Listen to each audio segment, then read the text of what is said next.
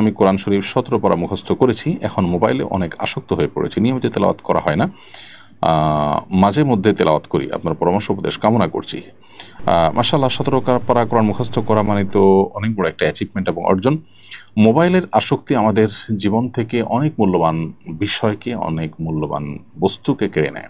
অতএব এই ব্যাপারটাতে আমাদের মনোযোগী হওয়া উচিত। আমরা যদি কোনোভাবে মোবাইল ব্যবহারে আপনার মাত্রা জ্ঞান হারিয়ে না ফেলি এবং আসক্ত হয়ে না পড়ি, এটা থেকে উত্তরণের জন্য নিজের বিরুদ্ধে নিজেকে সঠিক সিদ্ধান্ত এবং কঠোর সিদ্ধান্ত গ্রহণ করবার জন্য প্রস্তুতি নিতে হবে। আপনি স্মার্টফোন ব্যবহার করে একটা বাটন ফোন ব্যবহার করেন এবং এতে আপনার সামান্য কিছু অসুবিধা হবে, কিন্তু অর্জন হবে তার চেয়ে অনেক বেশি।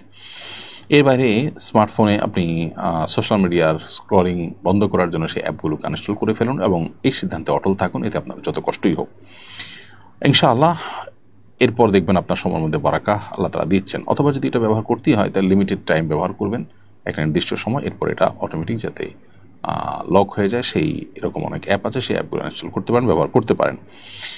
আর চর্চা এবং তেলাওয়াত বাড়ানোর জন্য নিজের মানসিক সিদ্ধান্ত, স্থিরতা, দৃঢ়তা, এটা সবচেয়ে বেশি গুরুত্বপূর্ণ। আল্লাহ আপনাকে তৌফিক দান করুন।